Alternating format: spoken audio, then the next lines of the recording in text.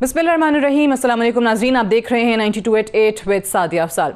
नाज़रीन, वज़ीर आज़म इमरान ख़ान ने आज लाहौर का दौरा किया। वज़ीर आला उस्मान बुज़दार साहब से उनकी मुलाकात हुई, मेंबरान असम्बली से भी मुलाकात हुई। कुछ गिले शिकवे तहफ़्फ़ुज़ात जो थे वो भी उन मेंबरान की तरफ से सामने आए।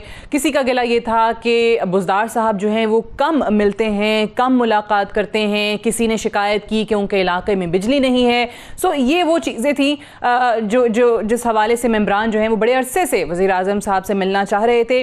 लेकिन इस सब में सबसे बड़ी बात ये हुई कि कल तक जो वज़ीर आला पंजाब साहब के हवाले से ख़बरें आ रही थी, कुछ अफवाहें थी, वो काफ़ी हद तक कम हुई या दूर हो गई, क्योंकि आज वज़ीर आज़म ने बुज़दार साहब पर एक बार फिर से एतमाद का इजहार किया और ये भी कहा कि बुज़दार साहब ही पंजाब के वज़ीर आला रहेंगे, वो कहीं नहीं जा रहे। कल तक हम 3 नाम भी सुन रहे थे कि बुज़दार साहब को रिप्लेस करने के लिए उन नामों पर गौर किया जा रहा है, लेकिन आज वज़ीर आज़म ने जो सिस्टम की ख़राबी है उसका एक बार फिर से जिक्र किया। ये भी कहा कि पंजाब में जो निचली सतह की करप्शन है वो अभी तक ख़त्म नहीं हो सकी है, उसके लिए इक़दामात करने की ज़रूरत है। ये तमाम चीज़ें आज हुई हैं, लेकिन साथ ही साथ पाकिस्तान मुस्लिम नवाज़ की तरफ से भी बाकायदा तौर पर पंजाब को लेकर एक लंबी चौड़ी चार्जशीट जो है वो पेश की गई है और ये कहा गया है कि वहाँ पर सेहत के और तालीम के और दीगर तमाम शोबों में तबाही मचा दी गई है। एहसन इकबाल साहब ने आज जो प्रेस कॉन्फ्रेंस की उसमें उन्होंने कहा कि पंजाब में हुकूमत बनाना हमारा हक था और दबाव के ज़रिए और हॉर्स ट्रेडिंग के ज़रिए हमारे अरकान को रोका गया। और साथ ही साथ उन्होंने ये भी कहा कि अब वक्त आ गया है कि हम पंजाब बचाओ तहरीक शुरू करें। सो अब ये तहरीक जो है वो किस नौइयत की होगी, किस तरीके से पाकिस्तान मुस्लिम नवाज़ जो है वो पंजाब को बचाने का इरादा रखती है, उन्होंने कहा कि अब हम खामोश तमाशाई नहीं बन सकते। इस पर बात होगी। और दूसरी तरफ एक और बड़ा अहम मामला जिस पर बहुत ज़्यादा तनकीद हो रही है इस हुकूमत पर, वो है कुलभूषण यादव का मामला, जिस पर कहा जा रहा है कि उसको दूसरी बार काउंसलर रसाई तो दी गई और फिर जो एक ऑर्डिनेंस जो है वो सामने लाया गया जिसमें ऑब्वियसली उसको अलाउ किया जा रहा है to file review plea, but इस पर पार्लिमान को जो बाहर रखने का मामला है, लूप में ना लिया जाना, उस पर बड़ी तनकीद की जा रही है। पाकिस्तान पीपल्स पार्टी के जो चेयरमैन हैं बिलावल भुट्टो जरदारी, उनकी तरफ से ये ट्वीट बाकायदा किया गया कि what is the secret Kulbhushan Yadav ordinance introduced by our selected government without taking the country or parliament into confidence. Absolutely outrageous. We demand answers and accountability. Yet another reason why this Prime Minister must go. और इस पर हुकूमत जो है वो parliament को confidence में लेने का इरादा रखती है या नहीं, इस पर भी बात करेंगे। और अवाम के लिए जो मुश्किलात हैं उनमें क्या इजाफा हुआ है वो भी आपको बताते हैं। ताजिर एक तरफ सड़कों पर हैं, वो कह रहे हैं कि औकात जो हैं दुकानें खोलने के वो बढ़ाए जाएं क्योंकि उनका कारोबार जो है वो मुतासर हो रहा है। आटे की कीमत वो बढ़ गई है, चीनी की कीमत भी बढ़ गई है, अद्वियात जो हैं उनकी कीमतों में इजाफा हो रहा है और इन अद्वियात में याद रहे कि लाइफ सेविंग ड्रग्स भी शामिल हैं, ज़िंदगी बचाने वाली जो अद्वियात हैं वो भी शामिल हैं। सो महंगाई जो है वो बढ़ती चली जा रही है। और दूसरी तरफ जो बिजली के बिलों में 35 रुपए पीटीवी की फ़ीस के तौर पर काटे जाते थे उसको भी अब 65 रुपए मज़ीद बढ़ाने का फ़ैसला किया गया है और वो फ़ीस जो है वो 100 रुपए की जा रही है। इन तमाम चीज़ों के हवाले से आज के प्रोग्राम में हम बात करेंगे। राना तनवीर हुसैन साहब हमारे साथ मौजूद हैं, सीनियर रहनुमा पाकिस्तान मुस्लिम नवाज़ के MNA हैं। चौधरी मंजूर अहमद साहब हमारे साथ मौजूद हैं, सीनियर रहनुमा पाकिस्तान पीपल्स पार्टी। और सदाकत अली अब्बासी साहब MNA हैं पाकिस्तान तहरीक इंसाफ के। आप तीनों का बेहद शुक्रिया प्रोग्राम में हमें ज्वाइन करने के लिए।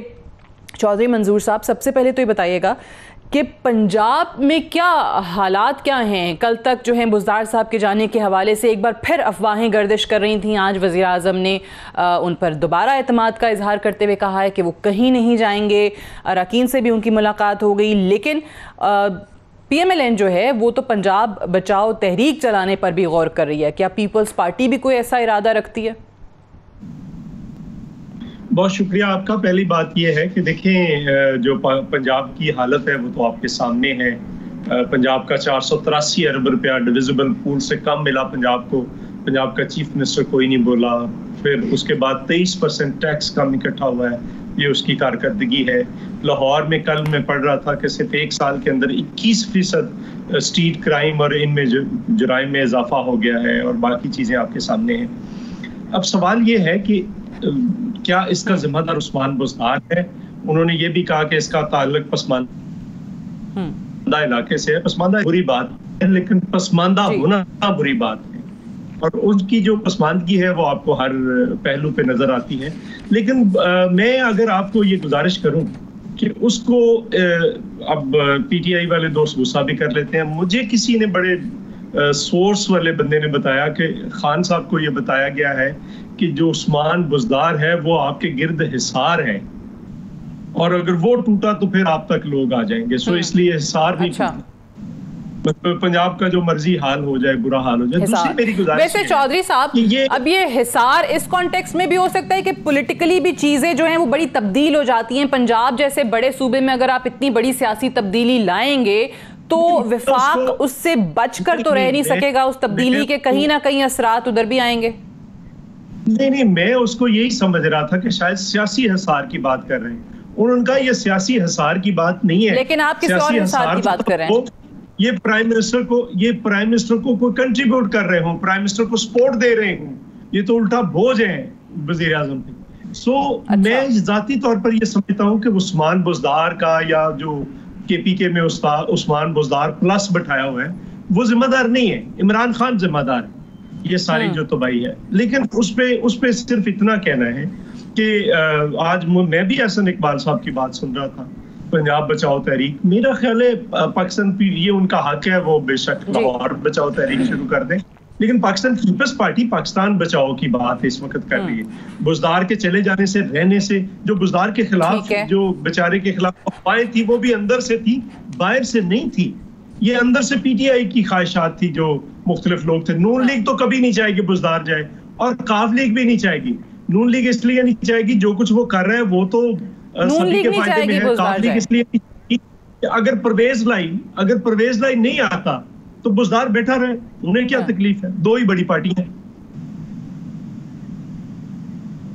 ठीक है, और ये बड़ी जबरदस्त आपने बात की कि अगर परवेज इलाही नहीं आते तो आप कह रहे हैं कि बुज़दार साहब भी बैठ। ओके राइट, मैं राना साहब आपसे जानना चाहूंगी, ये जो पंजाब बचाओ तहरीक चले, चौधरी साहब ने तो अपनी जमात का मौक़िफ़ दे दिया कि हम तो अगर कोई तहरीक चलाते भी हैं तो पाकिस्तान बचाओ तहरीक होगी। लेकिन पंजाब के हवाले से आज अब PMLN जब ये बात कर रही है कि उस टाइम पे हमारा मैंडेट चोरी किया गया, हुकूमत बनाना हमारा हक था, पंजाब में हमारे लोगों को दबाव में लाया गया, हॉर्स ट्रेडिंग की गई, PTI ने अपनी हुकूमत बनाई, और आज बुज़दार साहब की परफॉर्मेंस के बाद किस किस्म की, किस नौयत की आप ये पंजाब बचाओ तहरीक चलाने जा रहे हैं? सादिया, जो चौधरी साहब ने एनालिसिस किया है, मैं समझता हूँ काफ़ी हद तक ठीक है। ये बुज़दार साहब जो हैं वो एक इंस्टिंक्ट है प्राइम मिनिस्टर के अंदर कि मैं खुद हुक्मरानी करूं पंजाब की। ये उनकी ख्वाहिश है बहुत बड़ी। चीफ मिनिस्टर तो बन नहीं सकते क्योंकि प्राइम मिनिस्टर के वो स्टेचर समझता मेरा काद प्राइम मिनिस्टर का है, तो वो चीफ मिनिस्टर तो ना बने, लेकिन उन्होंने एक ऐसा बंदा बना दिया जो पसमानदा इलाके से तो जरूर है, लेकिन वो ज़हनी तौर पर भी इतनी पसमानदगी है कि अगर मैं बात करूंगा तो मुनासिब नहीं। ये उनके MNA हैं ख्वाजा शराज साहब तोसा से, उनसे या पहले जो जब हमारा टिकट ये होल्डर था, आपको पता ये उस्मान बुज़दार पहले 2013 में हमारा टिकट होल्डर था नून का, तो lost the election from PPP। तो ये अमजद खोसा साहब हैं, उनके नीचे ये खड़ा था नून की तरफ से। तो उनसे जरा दास्तान सुन लें, कोई एक आम वर्कर भी इतनी ज़हनी पसमानदगी नहीं रखता जितना ये उस लेवल पे, क्योंकि मुझे सुनाते हैं वो जेब नहीं देती है इस TV पे उस लो लेवल की बात चली जाए कि क्या क्या ये इनकी हरकत थी, या तहसील नाज़िम थे तो ये क्या करते थे, तो वो बात अपनी जगह। लेकिन मैं ये बात जो आपने कहा है कि पंजाब बचाओ तहरीक, तहसील नाज़िम थे तो आप कह रहे हैं कि तब भी ये डिलीवर नहीं कर पाए, और जो फाइनेंशियल साइड है, या मैं उस पर नहीं करना चाहता कि किस लेवल की जानकारी भी उस तरह नहीं करते। ये उनसे पूछे ना, ऑफ द रिकॉर्ड पूछ लें कि वो क्या सुनाते हैं कहानियां। लेकिन मैं जो बात करना चाहता हूँ, जो आपने सवाल किया है, वो देखें सर ऑफ द रिकॉर्ड वो हमें ये थोड़ी बताएंगे कि हाँ जो आप बात कर रहे हैं कोई करप्शन की या डिलीवर ना कर पाने की वो थोड़ी मानेंगे ऑफ द रिकॉर्ड भी? वो बताते हैं, हम बताते हैं, हमें बताते हैं। अच्छा, क्या ये इस तरह था, इस तरह था। ठीक है। और 2013 में आपके भी कैंडिडेट रहे? मेरे कहने, हमारे कहने, ये तो सेल्फी उतर आते थे जब शहबाज शरीफ साहब डेरा गांधी जाते तो ये सेल्फी इनकी ख्वाहिश होती थी उतर जाए हमारियों के साथ। चले छोड़े, ये अल्लाह की देन है, अल्लाह ताला जिसको दे। लेकिन मसला ये है कि ये अपनी जगह उस्मान गुजार जो हैं पसार हैं, लेकिन एक बात यह है कि पंजाब को तबाह होता हुआ हम नहीं देख सकते। लेकिन दूसरी तरफ चौधरी साहब वाली बात ठीक है कि हमें तो सूट करता है ये उस्मान गुजार कि ये इसकी परफॉर्मेंस जीरो है और हमारे लिए लोग देखते हैं और वो आज नून को याद कर रहे हैं। अगर इन्होंने कोई ब्रेन वॉशिंग की भी लोगों की नून के मुतल्लिक या लीडरशिप के मुतल्लिक, तो आज वो एक एक चीज भूल गए हैं। और वो जो 3 साल इन्होंने लगाए रात दिन आपके जरिए कि जी पता नहीं इन्होंने क्या कर दिया, आज मुंह बोलता सबूत है। पंजाब के मोटरवेज, पंजाब के हाईवेज, पाकिस्तान के लेवल पे तो मैं सिर्फ पंजाब की बात कर रहा हूँ। आप आए फार्म टू बाकी रोड जो हैं वो जाके देखें किस तरह की हैं, स्कूल किस तरह बने हैं, किस तरह अपग्रेड किए हैं, किस तरह हॉस्पिटल अपग्रेड किए हैं, किस तरह लोगों को खुशहाली थी या किस तरह ये सिस्टम। लॉ एंड ऑर्डर सबसे बड़ी बात, लॉ एंड ऑर्डर ऐसा था जो अभी चौधरी साहब ने कहा है कि इतनी परसेंटेज क्राइम बढ़ गया। स्ट्रीट क्राइम छोड़ के मैं आपको बताऊं MPA का घर लूट लिया गया है, एक चीज नहीं छोड़ी। ये आप देखेंगे तो मेरे इलाके में हर रोज कत्लो गारत होते हैं, कोई पूछने वाला नहीं। हर रोज वहां कब्जे होते हैं, कोई पूछने वाला नहीं। और MPA MNA इनके पोस्ट के पीछे है। तो ये MNA MPA का ये एक बना हुआ है, एक मिट्टी का बुत जो MNA MPA कहता है। यहाँ से पटवारी भी हो रहे हैं चीफ मिनिस्टर हाउस से कि यहाँ से ये जाते हैं फोन के इस पटवारी को उधर लगा दो, इस सब जो होते हैं रजिस्ट्री करने वाले उनको लगा दो। और मैं करप्शन है तो वो इत्तेहाद की है। लेकिन मैं यानी वो जो हिसार की बात की आप भी एग्री कर रहे हैं चौधरी साहब से कि ये नहीं उन्होंने और कंटेस्ट ये जो ताबेदारी वाला क्राइटेरिया है वो भी सामने रखा गया है क्योंकि पंजाब जैसे सूबे के अंदर अगर वाकई फिर तगड़ा आदमी आ जाए। मेरी सादिया बात सुनने बड़ी जरूरी है कि जो इन्होंने हिसार की बात की है, इन्होंने गोल मोल इधर उधर तरोड़ मरोड़ के बात की है, ये उनको बता दिया है किसी ने, क्योंकि वो बड़ा सुपरस्टिशियस किस्म का आदमी है प्राइम मिनिस्टर। वो जो उसकी हरकत है या जिस तरह बिलीव करता है वो समझता है कि अगर किसी ने इसको कहा हुआ है कि ये स्पिरिचुअली या दूसरी के तरीके से कि अगर उस्मान बुज़दार गया ना तो आप चले जाएंगे। तो उस्मान बुज़दार गया, आप अगर अपनी पार्टी से कोई तगड़ा आदमी लगाते हैं जो डिलीवर कर रहा है तो कैसे जाएंगे? वो तो और इसको स्ट्रॉन्ग करेगा। अगर मैं बताऊं right sir, got your point. अभी अब्बासी साहब भी बताएंगे। अब दो चीजें हो गई ना, दो चीजें हो गई अब्बासी साहब के। एक तो ऑब्वियसली वो कह रहे हैं कि बुज़दार साहब की पंजाब जैसे सूबे में, इतने बड़े सूबे में परफॉर्मेंस या उनकी डिलीवरेंस का हाल ये है कि हमारे वैसे भी एक रिवायत है ना कि हमारे यहाँ लोग कहते हैं यार वो पहले वाला ही अच्छा था, फिर इससे पहले तो अब शहबाज शरीफ साहब को लोग याद करने लग गए। राना साहब ने भी बड़ी लंबी चौड़ी तफसील बता दी। ये प्राइम मिनिस्टर साहब के सुपरस्टिशियस होने से और बुज़दार साहब के रहने से और इमरान खान साहब के रहने से इन चीज़ों का क्या ताल्लुक है, क्या लिंक बन रहा है? सादिया बहुत शुक्रिया। ये दोनों जो पॉलिटिशियंस हैं मेरे सीनियर्स हैं, लिहाजा इनका शख्सी एहतराम के साथ साथ बड़ा वाज़े हो गया है कि पीपल्स पार्टी की सियासत क्या है और नून की सियासत क्या है। आपने जब सवाल किया पंजाब का तो पीपल्स पार्टी ने कहा हम तो पाकिस्तान की बात करते हैं। जब आपने इनसे सवाल किया, सीधी सीधी बात है, दोनों पार्टियां कॉन्ट्रैक्ट होकर इमरान खान की करिज्मेटिक पर्सनैलिटी, लीडरशिप और इनके केसेस और बदनामी और जो पॉलिटिकल इनका एक दिवालियापन है उसकी वजह से मुस्लिम लीग नून बैक टू 1990s, जाग पंजाबी जाग जो तेरी पग नू लग गया दाग, उधर चलेगा मरसों मरसों सिंध न देसों। इसकी वजह क्या है? पीपल्स पार्टी सवाए सिंध रूरल के कई नहीं है फारिग हो चुकी है। मुस्लिम लीग नून पश्तून बेल्ट में फारिग, उर्दू स्पीकिंग बेल्ट में फारिग, सिंधी स्पीकिंग बेल्ट में फारिग, सराइकी स्पीकिंग बेल्ट में फारिग, इधर पटवारी बेल्ट में फारिग, सिर्फ सेंटर पंजाब में रह गया है। अच्छा। ये वोटर को तस्सुब फैला के अब अट्रैक्ट करना चाहते हैं। दोनों का नारा बड़ा क्लियर है। उसकी वजह क्या है? बड़े मियां साहब चले गए, इन्होंने कस्में खाई थी वापस आएंगे, वो वापस ही नहीं आ रहे। छोटे मियां साहब यहां आए, चुप हैं। मरियम साहिबा चुप हैं। आपस में इनकी अंडरस्टैंडिंग नहीं है। अंधेरा है, केसेस की लाइन है, क्रेडिबिलिटी सिफर है, 4 बंदे निकाल नहीं सकते। तो इनको बुजदार बुरा लगेगा क्योंकि इसने पंजाब का नारा लगाना है। इनका चलता कुछ नहीं है। तो basically this is there political क्या कहना चाहिए, बैंक्रप्सी और दिवालियापन। तो ये जो बातें करें कोई पब्लिक में कनेक्ट नहीं है, 4 बंदे निकाल नहीं सकते। इनको बुजदार बुरा लगता है। इनको अगर कारकर्दगी देखनी है, कराची डूबा हुआ पानी में, गर्मियों में पानी पीने को नहीं है, सर्दियों में लोगों के तो अभी जो पंजाब बचाओ तहरीक शुरू कर दी पीएमएलएन ने, सड़कें टूटी हुई हैं, गाड़ी है कोई नहीं, तमाम नालों पे पीपल्स पार्टी के लोगों का कब्जा है। अच्छा। ये क्या बात करेंगे बुजदार की? 13 साल की सिंध की गवर्नेंस सिवाय करप्शन के, लूट मार के कुछ भी नहीं है। आज कराची के विजुअल देख के दिल फटता है कि ये पीपल्स पार्टी 13 साल तो अपने लोग जिसका सिर्फ बात करते हैं। जो फवाद चौधरी साहब के इंटरव्यू में तो उन्होंने मैं क्या कह रहा हूं ना, बात की कोई इशू ही थी नहीं पंजाब के लिए या उनकी परफॉर्मेंस के हवाले से? वो उस तरह तो मुस्लिम लीग नून के लोग आके बुजदार की तारीफें कर रहे हैं। वो तो कहते हैं हम नून में पीटीआई में आएंगे।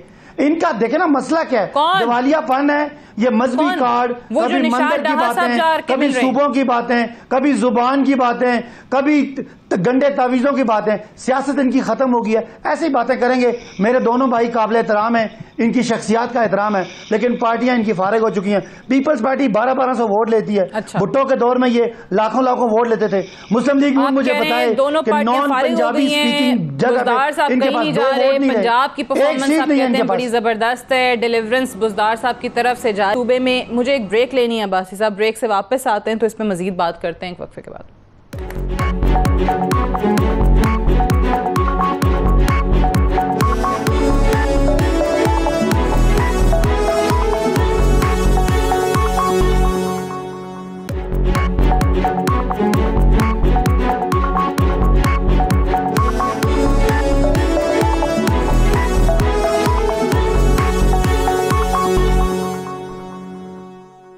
Welcome back. प्रोग्राम में एक बार फिर से खुशामदीद। आवाम के हवाले से जो हम बात कर रहे थे इंट्रो में कि महंगाई कहाँ कहाँ किस किस चीज़ में होने जा रही है, तो उसमें सबसे पहले तो ये कि हुकूमती दावे ये थे कि आटे और चीनी की कीमतें नहीं बढ़ेंगी, लेकिन आटे की कीमत जो है वो 67 रुपये फ़ी किलो हो गई है। और जो आटा चक्की मालिकान हैं उनकी तरफ से भी मौक़िफ़ इख्तियार किया गया कि गंदम की कीमत जो है वो बढ़ गई है। फिर एक हफ़्ते के अंदर चीनी की कीमत में 2 रुपये 36 पैसे फ़ी किलो इजाफा हुआ है। और गुज़श्ता अगर हम 2 हफ्ते या 15 दिन में देखें तो चीनी की जो कीमत है वो 4.5 रुपये फ़ी किलो जो है वो बढ़ी है। और जबकि दूसरी तरफ आपको याद होगा कि जो शुगर इंक्वायरी रिपोर्ट आई उसके बाद ये कहा गया था कि चीनी की कीमत नहीं बढ़ेगी या कम की जाएगी, और उसमें हम देख रहे हैं कि मुसलसल इजाफा जारी है दावों के बरअक्स। साथ ही साथ अद्वियात के हवाले से भी हम आपको बताएं कि ये बाकायदा तौर पे जो तरमीम शुदा ड्रग प्राइस पॉलिसी है उसमें ये कहा गया है कि उसके मुताबिक 60,000 से ज़ायद जो अद्वियात हैं उनकी कीमत में 10% तक इजाफा होने जा रहा है। और इसमें 472 लाइफ सेविंग ड्रग्स हैं, जान बचाने वाली अद्वियात हैं, जिनकी कीमतों में महंगाई की शरह के लिहाज से 70% इजाफे का फैसला किया गया है। ये वो चीज़ें हैं जो आवाम को डायरेक्टली इफ़ेक्ट करती हैं। दूसरी तरफ ताजरों की हड़ताल जारी है, ऑयल टैंकर्स एसोसिएशन जो है वो उनकी हड़ताल जारी है। एक बार फिर से पेट्रोल की किल्लत का सामना जो है वो कहीं ना कहीं करना पड़ रहा है। चौधरी साहब, पंजाब बचाओ तहरीक आप नहीं चलाते, ना चलाएं, लेकिन एक तहरीक इन इश्यूज़ पे जो कि रियल इश्यूज़ हैं जो आवाम को डायरेक्टली इफ़ेक्ट कर रहे हैं इस वक्त, उस हवाले से एक तहरीक चला लें। जी बिल्कुल, हमारा तो यही एजेंडा है। देखिए इनका अलमिया क्या है, ये जिस चीज में खैर से हाथ डालते हैं, अपना दस्ते मुबारक जिस चीज में डालते हैं उसको और तबाह बर्बाद कर देते हैं। ये आपको याद होगा गैस का क्राइसिस इस मुल्क में पैदा हुआ था। ये गैस का क्राइसिस ठीक करने गए थे, उसकी कीमतें बढ़ा दी और वो जायद बिल भेजे थे जो आज तक वापस नहीं हुए। फिर बिजली का क्राइसिस हुआ तो बिजली की कीमतें बढ़ा दी। फिर चीनी की कीमत, चीनी की 20 रुपए कीमत में इजाफा हुआ था तो उसमें कमेटी बनी तो 80 रुपए होगी। फिर कमेटी की रिपोर्ट आई तो 85, कमीशन की रिपोर्ट आज 90 रुपए है। आटे की कीमत देख लें, ये रोज यहाँ पे बढ़ के मारते थे 68 रुपए, इसका मतलब है 1360 रुपए का 20 किलो का थैला हो गया, वो हो गया। अब दवाइयों की कीमतें पहले 300 से 500% बढ़ाई, आज फिर 10% का आ गया है। अच्छा, फिर आप पेट्रोल देखिए, 25 दिन नहीं मिला, 25 रुपए कीमत में इजाफा हुआ, 25 मिनट बाद सारी जगहों पे अवेलेबल था। अब कराची की जो बिजली नहीं आ रही उसका भी हाल वज़ीर आज़म ने बुलाकर उनको कहा कि आप बतदरीज इसमें इजाफा कर लें, आप आटा, दालें, चीनी, घी, कोई चीज उठाकर देख ले, आम आदमी की पहुंच से बाहर है और ऊपर से बेरोजगारी है। 1 करोड़ नौकरियां देनी थी, 1 करोड़ से ज्यादा और बेरोजगार कर दिया है। और इनसे पूछो तो ये बस कहानियां, पता नहीं कहाँ की बातें कर रहे हैं। इस मुल्क की ग्राउंड रियलिटीज तो बिल्कुल मुख्तलिफ है। लोगों से बिजली के बिल नहीं दिए जा रहे, लोगों से जो है चीजें, आम रूटीन की चीजें रोज नहीं खरीदी जा रही, और वो लोग किधर जाएं? इनको कोई इस बात की फिक्र नहीं है। और ये जल्दी से कहेंगे आप 1280 अरब रुपया हमने दे दिया। किसको दे दिया भाई? ये पहली बार है। कल वजीर खुराक कह रहे हैं खड़े होकर फूड सेफ्टी की, ये अजूबा है कि हमने जुलाई के अंदर ही जो गंदम के जखायर वो अजरा कर दिए। तो ये अजूबा, अगर वो कह रहे हैं अजूबा है, मुझे वो खुद हैरान हो गए। बिल्कुल फखर इमाम साहब, उन्होंने कहा इतनी गंदम आई, पता नहीं कहाँ चली गई। द मोस्ट सीनियर पर्सन वो कह रहे हैं कि ये एक अजूबा है, मेरी जिंदगी में ऐसा कभी हुआ नहीं है। और इनकी, मैं समझता हूं कि मेरी सियासी जिंदगी में जो ये हरकत हो रही हैं ये कभी इससे पहले नहीं हुई। और इस पे मैं आपकी बात को एग्री करते हुए मैं ये यहाँ पे कहना चाहता हूं कि अगर हमने, सियासी पार्टियों ने अपनी जिम्मेदारी अदा न की तो लोग इंतजार नहीं करेंगे। लोग इस जिल्लत की जिंदगी में मजीद नहीं रह सकते, क्योंकि यहाँ पे सिर्फ सवाए इसके कि ये तूफान बदतमीजी खड़ा कर देते। ये जो वो 200 अरब डॉलर वाला वजीर था इनका, वो जो जिसने लेकर आने थे, अपनी जाली डिग्री निकल आई है, अपने वालिद साहब को उसने जाली वीजे पे भेजा, उसका 118 अरब रुपए का, जिसकी सबसे अच्छी कारकर्दगी थी, अनर्थ हुआ है पाकिस्तान पोस्ट के अंदर स्कैंडल। यानी कोई 100 अरब से कम का तो स्कैंडल इनके मुंह पे ही नहीं पड़ता। अब जिसमें चले जाए है ही नहीं। अच्छा चलें, अब लेकिन आप ये कह रहे हैं कि ये तहरीक, अगर ऑब्वियसली अवाम के मसाइल जो हैं वो इसी तरीके से बढ़ते रहे, एंड ऑब्वियसली राना साहब यू वुड आल्सो एग्री कि असल चीज़ें ये हैं, चाहे वो पीपल्स पार्टी की हुकूमत में हम यहाँ पे बैठ के प्रोग्राम्स करते हों तो असल इशूज़ ये आते थे कि जी महंगाई बहुत ज़्यादा है, तो उस पर ऑब्वियसली पीपल्स पार्टी पे उसी तरीके से तनकीद होती थी। आप लोगों की हुकूमत में ऐसे मसाइल आते थे तो आप लोगों पर होते थे, और अब PTI के हवाले से ये जो चीज़ें सामने आ रही हैं, सो इस पे आप लोगों का क्या लाहेअमल है, ऑपोजिशन की क्या स्ट्रेटजी है कि यहाँ पर हुकूमत को जिस भी तरीके से दबाव डाल के पार्लियामान के बाहर की ये जो चीज़ें जिन पर अवाम रोज़ गिले कर रहे हैं, शिकवे कर रहे हैं, PTI के जो वोटर्स हैं वो बाहर आके बात कर रहे हैं, उस पर तो उनको वापस लाएं कि ये फैसले तो वापस लें, क्योंकि ये तो आपने कहा था कि हम आपके मंशूर का हिस्सा है कि इन चीज़ों पर तो एटलीस्ट आप रिलीफ देंगे अवाम को। देखिए सादिया, बात यह है कि हमारी तो सोच ये है कि इनफ इज़ इनफ, कि 2 साल दिए हैं कि शायद ये अपनी डायरेक्शन ठीक कर लें, अपनी पॉलिसीज़ ठीक कर लें। इनको शायद पहले ये अनाड़ी थे, नासमझ थे, नलायक थे, तजर्बा नहीं था, जो कुछ भी है वो खुद कहते हैं कि हमें तो पता ही नहीं था हमें गवर्नमेंट मिल जानी है, ये पता नहीं कौन सी मखलूक ने इनको आके तो गवर्नमेंट दे दी, कोई ऊपर से लोग आए हैं, किधर से आए हैं, तो वो ये मानते थे। फिर इन्होंने बड़े एक्सपर्ट बाहर से लाए और इलेक्टेड लोगों को छोड़ा, अपने लोगों को जो पल्स होती है अवाम की उनको पता होता है, लेकिन इलेक्टेड लोगों को छोड़ के इन्होंने कोई टेक्नोक्रेट्स या प्रोफेशनल लोग लेके आए। ये परफॉर्मेंस आपके सामने, लेकिन इनफ इज इनफ। अब हमें 2 साल बाद डेफिनेटली पॉलिटिकल पार्टीज को अपना रोल अदा करना पड़ेगा।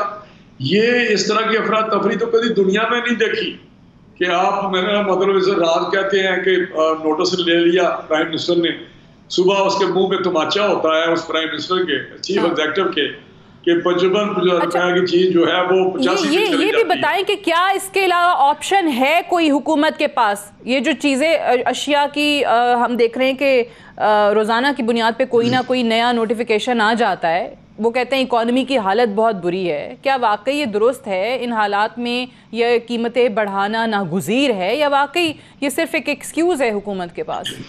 ये बिल्कुल मिसमैनेजमेंट है, ये एक्सक्यूज है। कभी ये कोविड-19 जो है, कोरोना, ये तो मार्च में आया है, अब ये कहते नहीं कोरोना की वजह से, लेकिन अगर मार्च से पहले आप इनके स्टेट बैंक के आप सर्वे देखें या उनकी जो पीरियडिकल आती है कोई रिपोर्ट वो देखें, स्टैटिस्टिकल डिपार्टमेंट की मिनिस्ट्री की रिपोर्टें देखें, तो पहले तूफान मचा हुआ था। ये तो अब हुआ है ना, क्या कोरोना का इसके साथ अलग है कि भाई पेट्रोल जो है वो 25 दिन मिला नहीं? सर कोरोना की वजह से नहीं है, ये मिनिस्ट्री ऑफ प्लानिंग जो है, जो असद उमर साहब की वजारत है, उनकी तरफ से, उनकी वजारत की तरफ से एक वर्किंग पेपर लीक हुआ और उसमें बाकायदा ये जुमले लिखे हुए हैं कि कोविड के आने से पहले ही पाकिस्तान की इकोनॉमी जो है वो तबाह हो गई थी या खराब थी। यही मैं कहता हूँ कि एक एक चीज, ये हमें कहते हैं ये बेईमान थे, ये चोर थे, ये डाकू थे। 5 साल के अरसे में कोई बंदा भी चोर डाकू आर्टिफिशियल तौर पे चीजें नहीं रख सकता। हमारे जीडीपी देखे 5.8 थी, आप रेवेन्यू देखे तो 4000 रुपये पहुंचा हुआ था, 1700 या 1800 रुपये में मिला था। स्टॉक एक्सचेंज देखे, रिजर्व्स देखे 23 अरब रुपए के थे, 23 अरब डॉलर के। कोई चीज भी देखे, आप इंडिकेटर्स देखे, लोग खुशहाल थे, लोगों को मुलाजमतें मिल रही थी। जो 24 घंटे जो फैक्ट्रियां बंद थी 18 घंटे लोड शेडिंग की वजह से, वो 24 घंटे चलनी शुरू हो गई। गैस हमने लाए वार फुटिंग पे, और उस गैस लाने से ये है कि जो गैस लाया उसको अंदर दे दिया। अच्छा, और वो तो आप ये जो कह रहे हैं कि इनफ इज इनफ, 2 साल दे दिए, तो अब क्या करेंगे? सवाल तो ये ना, आप क्या करेंगे? चौधरी साहब तो एग्री करें कि इन चीजों पर तहरीक चलानी पड़ती है। हमें देखिए, आप भी साथ देंगे इस चीज पे? हम हैंडीकैप्ड हैं कोरोना की वजह से, लेकिन इसके बावजूद कोरोना अब लोगों को तो मरने नहीं देना हमने। तो अब एपीसी हो रही है, देखिए किस वक्त होती है। शहबाज साहब जरा थोड़ा समझ जाएं तो इंशाल्लाह आप देखेंगे कि एक तो फिर आप देखेंगे। राइट, अब्बासी साहब बिल्कुल सही है। वो कियानी साहब के होते हुए हेल्थ के वजीर थे, एक अद्वियात का एक स्कैंडल आया, कीमतें बढ़ाई गई, वो चीज़ हमारे सामने है। आप लोगों ने कहा अद्वियात की कीमतें नहीं बढ़ेंगी, आप वो बढ़ाने जा रहे हैं। चीनी की कीमत नहीं बढ़ेगी, चीनी की कीमत बढ़ गई। आटे की कीमत नहीं बढ़ेगी, आटे की कीमत बढ़ गई। आपको इंटरप्ट कर रहा हूँ। हमारी कैबिनेट में सारा अफसर तारड़ हमारी मिनिस्टर थी हेल्थ की, इनके तो वजीर ही कोई नहीं है ना। वो सारे पैसे ने रखे हुए हैं प्राइम मिनिस्टर ने महकमे मिनिस्ट्रियाँ। वो कोई 8 दफा समरी आई कि कोई 10% कुछ चीज़ों की उन्होंने कुछ कंपैरिजन ऐसा किया कि 10% वो बढ़ा दे। कुछ दवाइयाँ थी, कोई उसकी लिस्ट थी, हर वक्त आपने उसको रिजेक्ट किया, टर्न डाउन किया। अच्छा, तो ये तो मुझे समझ नहीं आती कि ना वहाँ कोई पीएमडीसी है, ना वहाँ कोई सिस्टम है। ओके, चले अब्बासी साहब, चले मैं जवाब जरा ले लूँ। अब्बासी साहब, जो चीजें आप लोगों ने कही नहीं होगा वो क्यों कर रहे हैं, जिनसे अवाम डायरेक्टली जो है उन पर बोझ पड़ रहा है? पहले तो सादिया दवाइयों की बात कर रहे हैं, रान साहब बिल्कुल ठीक कह रहे हैं। इन्होंने 2 दफ़ा टर्न डाउन किया, लेकिन आखिरी दफ़ा शायद खाकान साहब की जो वज़ीर आज़म के दौर में उनकी कैबिनेट में इन्होंने वो समरी अप्रूव की। वो चूँकि सुप्रीम कोर्ट ने कोई मेरा ख्याल है 350 दवाइयों की कंपनियों को बंद होने से बचने के लिए इनके दौर से प्रपोजल चल रही थी कि वो ड्रग्स की कंपनियां डाइंग थी या उनकी वो हार्डशिप केस था, जिसको सुप्रीम कोर्ट ने भी ओके किया था और बाद में शायद खाकान कैबिनेट ने भी उनको ओके किया था। उनकी दवाइयों की बात है। बाकी जो आपने बात की कि जो एक्शन लेते हैं, मुझे ये दोनों बता दें कि 35 साल से शुगर का ये कार्टेल एग्जिस्ट कर रहा है। आधा उसमें शेयर जरदारी साहब का, ओमनी साहब का, मियां नवाज शरीफ साहब का, ठीक है, उसमें जहांगीर तरीन साहब की और खुसरो बख्तियार की भी थी। इन्होंने 35 साल में ये माफिया के साथ मिलके कोई एक इंक्वायरी रिपोर्ट आने दी। ये कहते हैं कि जी उस वक्त हम चोर डाकू थे, हमने मैनेज किया था। भाई आप मुल्क को डूब रहा था, जब जहाज डूबना शुरू होता है तो शुरू में एहसास नहीं होता, आपने दर्जा बदर्जा डुबोया। हमने क्या किया कोविड से पहले? कोविड से पहले सादिया, आज जहांगीर तरीन साहब किधर हैं, खुसरो बख्तियार साहब किधर हैं? जहांगीर तरीन साहब को किसी अदालत ने नहीं बुलाया। आप पहले इनसे पूछें ये तहरीक चला रहे हैं, क्या मियां साहब वापस आएंगे या लंदन की सड़कों पे आवाखोरी करते रहेंगे, जो यहाँ से ख्वाजा आसिफ साहब ने असेंबली में मेरे सामने थोड़ी देर के लिए छोड़ दें। मेरा सवाल जो है ना अवाम से रिलेटेड है। अवाम के लिए आटा महंगा है, चीनी महंगी है। अवाम जो है अभी मियां साहब को नहीं याद करी, फिलहाल वो ये देख रही है कि भाई रोज का आटा जो चीनी है वो बड़ी महंगी महंगी हो जाएंगी, तो फिर अवाम का बनेगा क्या? मियां साहब हैं सादिया, ये मियां साहब का ही किया जा रहा है। जो उन्होंने कर्जे लिए, जितने मंसूबे लगाए, उस मंसूबों की कमिशनें जाती रही। आज जहाँ मियां साहब रह रहे हैं, ये घर आपका और मेरा है, हमारे पैसे। ये जहाँ मियां साहब अब तशरीफ फरमाएं जिस घर में, ये आपके हमारे पैसों के कमीशन का है। क्योंकि अदालत में उन्होंने कतरी खत दिया था, कोई सबूत नहीं था। तो जो रह रहे हैं ये आहिस्ता आहिस्ता मुल्क को डुबोया है। ये जब हमने कोविड से पहले आपका 20 अरब डॉलर का इनकी हुकूमत का करंट अकाउंट का खसारा 70% कम किया, 3 अरब पे आ गया। स्टॉक मार्केट इस वक्त दुनिया की तीसरे नंबर पे वो तेज ग्रो कर रही है। टैक्स कलेक्शन हमारी कोविड से पहले 17% ज्यादा थी। सादिया सारे इंडिकेटर्स पॉजिटिव थे। आपको ब्लूमबर्ग ने, आपको IMF ने पॉजिटिव करार दिया था। हाँ, कोरोना आया, उसकी वजह से पूरी दुनिया की ग्लोबल इकोनॉमी 4 से 5% मनफी गई। आप जो कह रहे हैं, चले मान लिया सारे मैक्रो इकोनॉमिक इंडिकेटर्स बड़े मुस्बत थे, बड़े पॉजिटिव थे, कोरोना आ गया, कोरोना ने मैशत तबाह कर दी, आपका मैं ये आर्गुमेंट चले एक लम्हे को मान लेती हूँ, लेकिन अभी शुगर इंक्वायरी रिपोर्ट आने के बाद भी जो कहा गया, अदालत में भी जिसका बड़ा तस्करा हुआ, क्यों फिर चीनी की कीमत बढ़ रही है।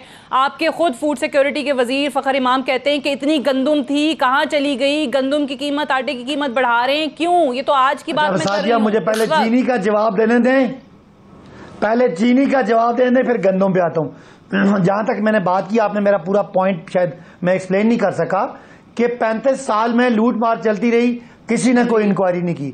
अब कमीशन बना, इंक्वायरी हुई, हुकूमत ने अपना काम कर दिया, इदारों को अपना अपना काम करना है। अब सब इदारे एक्शन लेंगे इंशाअल्लाह। हमारे और इनके जिन्होंने इस कौम को लूटा है उनका हिसाब आएगा। ये अब आप 35 साल का गन आप 35 दिनों में साफ कराना चाहते हैं। अब आपने बात की वजीर की, तो वजीर ने बिल्कुल ठीक कहा, मरकज गंदम दे रहा है, सूबे सिंध वाले गायब कर रहे हैं, बलूचिस्तान में कंट्रोल नहीं है, पंजाब और सिंध में अगर कंट्रोल नहीं है तो यही तो 18वीं तरमीम के फायदे हैं। इनके वजीर आला साहिबान जो है वो उनको परवाह कोई नहीं है। चौधरी साहब ने अभी आटे की बात की, मैं इनको चैलेंज करता हूं चौधरी साहब, पंजाब में आटा 860 रुपए का है, 680 रुपए का है, 860 रुपए का है।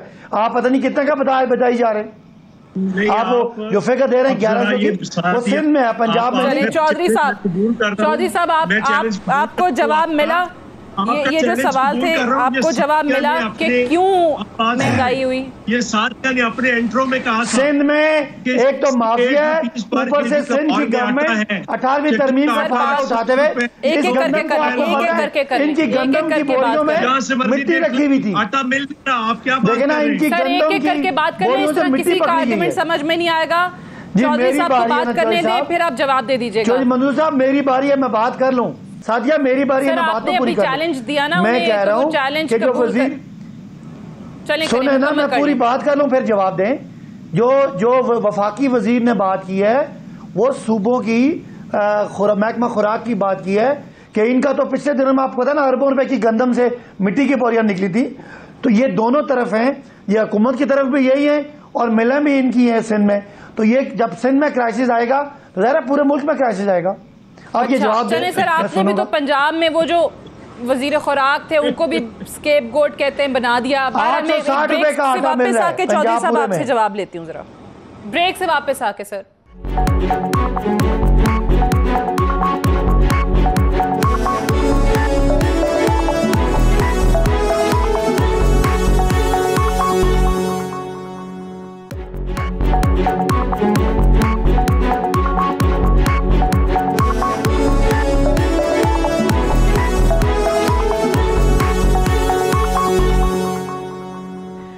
वेलकम बैक प्रोग्राम में एक बार फिर से खुशामदीद। चौधरी साहब आपका जवाब रह गया था, आपने अब्बासी साहब की बात सुनी, उन्होंने कहा मियाँ साहब जो बाहर बैठे हैं ये उनकी बदौलत हो रहा है, 35 साल जो कुछ किया अब 35 दिनों में कैसे साफ कर दें, वो कह रहे हैं। नहीं देखिए, ये खुद 100 दिनों में ठीक करने आए थे और फिर इमरान खान ने कहा था कि 6 महीने मुझे दे दें, 6 महीने बाद इस मुल्क में जो कुछ भी होगा वो जिम्मेदार होगा, मैं जिम्मेदार होऊंगा, कोई और नहीं होगा। अब ये भाग रहे हैं, अपने सारे झूठे वादे किए हुए थे। दूसरी बात ये है कि मेरा भाई सदाकत अली अब्बासी जिस प्रोग्राम में हो वहां पर ज्यादा संजीदा बात नहीं होती, मैंने 1-2 संजीदा बातें भी करनी है। आपने अपने इंट्रो में क्यों झूठ बोला है कि लाहौर में आटा जो है वो 68 रुपए किलो बिक रहा है? मेरी भी इतला यही है और वो मेरा ख्याल है वो दुरुस्त नहीं फरमा रहे। दरअसल बुनियादी पर जो आटा है ना वो 860 नहीं बल्कि 680 रुपए मिल रहा है। 67 रुपीज बात तो सुन ले, पर केजी। 600 बात तो सुन ले, 680 रुपए मिल रहा है, लेकिन 20 किलो का नहीं 10 किलो का मिल रहा है, वो 680 का। तो इसलिए मैं उनकी हमायत कर रहा हूँ, वो जरा दोबारा कीमतें चेक करें। दूसरी गुजारिश मेरी ये है कि देखिए, इन्होंने ये बातें रोज ऐसी करनी होती हैं, कोई बात करने की है नहीं, ना महंगाई, कोई चीज कंट्रोल नहीं है। ये मुल्क ऑटो पायलट पे है, वो खुद चला जा रहा है, किसी को कोई पता नहीं है क्या हो रहा है क्या नहीं हो रहा। दूसरी मेरी गुजारिश ये है कि देखिए, 2-3 चीजें हैं। एक कुलभूषण वाली बात आपने की थी, कुलभूषण का जो देखे ना, अगर आपने एक 60 दिन खुफिया रखते हैं, कानून क्या कहता है कि आप फौरी तौर पर जो अगला इजलास होगा, जो भी ऑर्डिनेंस, पहले तो ऑर्डिनेंस को देख लें कि वो ऑर्डिनेंस जारी होता है कैबिनेट की, क्या कैबिनेट के इल्म में, नहीं इल्म में, प्रेसिडेंट खुद से कर नहीं सकता। और फिर अगर आपने जारी कर दिया तो आपको फौरी तौर पर जो पहला इजलास उसमें ले करना है, आपने ले क्यों नहीं किया? ये खुफिया क्यों कर रहे हैं? और अगर ये पीपल्स पार्टी ने किया होता तो अब तक हमारे ऊपर तो ठप्पा लग चुका होता गद्दारी का। इन्हें पता नहीं 7 खून माफ है। दूसरी मेरी गुजारिश ये है कि सिंथिया रिची ने अपना जवाब जमा कराया इस्लामाबाद हाई कोर्ट के अंदर, और उसने कहा जी कि मैं काम करती हूँ केपी में। मैं समझता हूँ चलो केपी को तो छोड़े, इनकी तो क्या हैसियत क्या है, चूंकि हमने रेत की बोरियों से थोड़ा लड़ना है। हम तो उनसे पूछ रहे हैं कि आप अपनी पोजीशन वाजे करें, जो उसने बदतमीजी की थी मोहतरमा बेनजीर भुट्टो साहिबा के मुताल्लिक, आप अपनी पोजीशन वाजे करें। सो इसलिए इनको अपनी पोजीशन, और जिस तरह से हम हुकूमत को कहते हैं कि वो वाजे करे, एहसान पे अपनी पोजीशन वाजे करे। ये संजीदा इश्यूज है जिसमें थ्रेट किया है बिलावल साहब, तो ये अपनी पोजीशन वाजे करे। रही बात ये कि हम फारग हो गए हैं, ये हो गया है, हमें फारग करते करते अयूब खान फारग हो गया, याहिया खान फारग हो गया, ज़ियाउल हक फारग हो गया, कई और फारग हो गए, मुशर्रफ फारग हो गया, हम इधर ही हैं। और काफ लीग फारग होगी, शौकत अजीज फारग हो गया, और ये आप फारग करने आ गए। हर कोई एक नया हमारे सामने रख देते हैं, बनाकर तैयार करके एक घोड़ा रख देते हैं, और वो बढ़ के मारना शुरू हो जाता है। वो फिर चले जाते हैं, कोई नया फिर उन्हें तलाश करना पड़ता है। सो हमारा ये इश्यू नहीं है, हमारी इनसे क्या लड़ाई हो सकती है, हमारी इनसे कोई मुखासमत नहीं है। हमारा इश्यू उनसे है जो ऐसी चीजें बनाते हैं, जो ऐसी चीज़ें बनाते हैं। राइट, मुझे एक शॉर्ट जो है वो प्राइम मिनिस्टर साहब का इस वक्त आपको सुनाना है, फिर राना साहब और फिर अब्बासी साहब से भी उसका जवाब लेंगे कि ये जो मामला है, बाकी तमाम चीज़ें हम कह रहे हैं कि जी चीनी की कीमत, गंदम की कीमत में इजाफे की बदौलत ऑब्वियसली आटे की जो कीमत है वो बढ़ती चली जा रही है, अद्वियात की कीमतें बढ़ाने का फैसला किया गया है।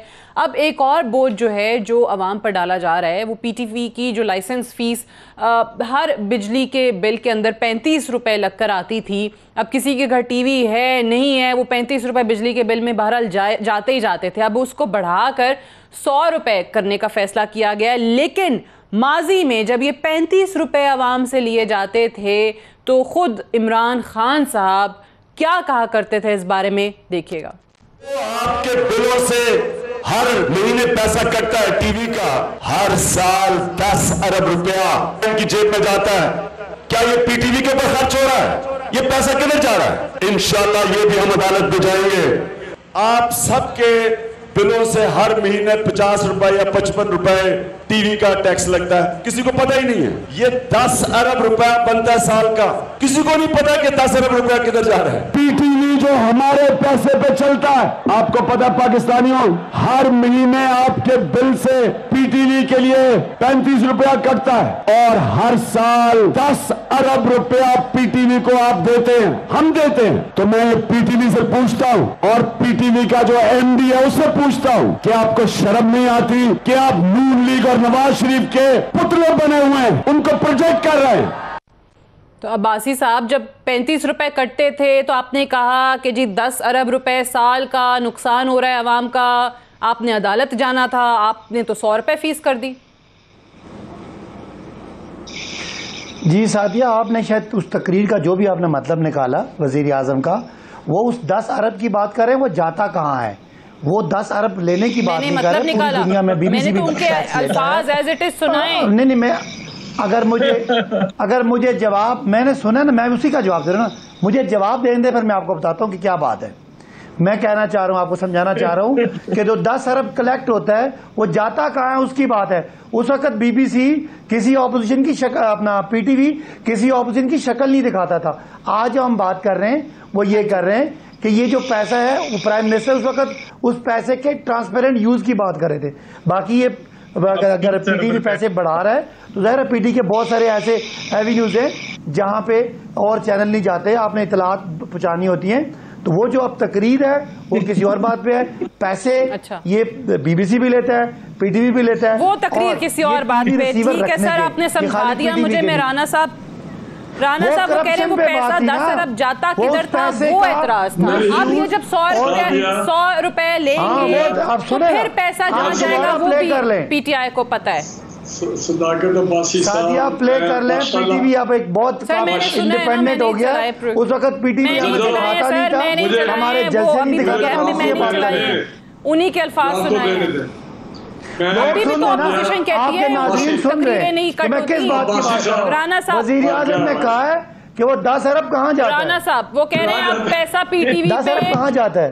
चलें अब 100 रुपया जब लेंगे तो वो कह रहे हैं नजर आएगा कहाँ जा रहा है पैसा। राना साहब वो आपके इस वक्त 8 चैनल चल रहे हैं और उन जगहों पे जहाँ पे प्राइवेट चैनल नहीं है वहाँ पे सरकारी मालूमात, रियासत की मालूमात, हुकूमत की मालूमात जाती है। ये सारे कमर्शियल एवेन्यूज नहीं है।